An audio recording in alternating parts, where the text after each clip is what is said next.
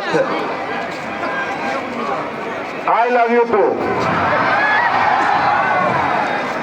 আজিৰ সভাত আমাৰ মাজত উপস্থিত নেতাজী মূৰ্তি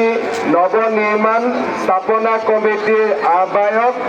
দীপায়ন চক্ৰৱৰ্তী ডাঙৰীয়া, মন্ত্ৰী কৌশিক ৰায় ডাঙৰীয়া,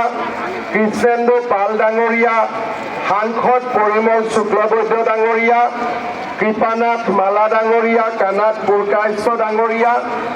ৰাজদীপ ৰয় ডাঙৰীয়া, মিহিৰ কান্তি সোম ডাঙৰীয়া, বিজয় মালাকাৰ ডাঙৰীয়া, ৰূপম সাহা ডাঙৰীয়া আৰু আজিৰ সভাত উপস্থিত বিশিষ্ট ব্যক্তিসকল,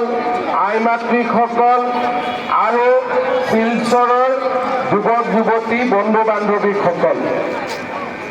শিলচৰৰ ৰংগীৰখাৰী रोटाई आप एक काम करो ना, इधर से हाथ जाओ कोई नहीं। हाँ ठीक है, এখন ঠিক আছে তো? हाँ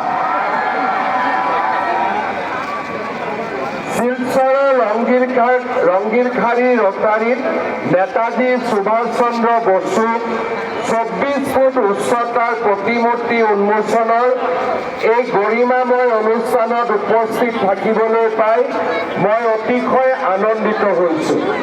এই পবিত্ৰ অনুষ্ঠানত মই আকৌ এবাৰ কৃতজ্ঞ ভাৰতবাসীৰ হৈ নেতাজী সুভাষ চন্দ্ৰ বসুক সশ্ৰদ্ধ প্ৰণিপাত জনাইছোঁ। লগতে এই প্ৰতিমূৰ্তি স্থাপনৰ উদ্যোগ লোৱা স্থানীয় বিধায়ক দীপায়ন চক্ৰৱৰ্তী প্ৰমুখ্যে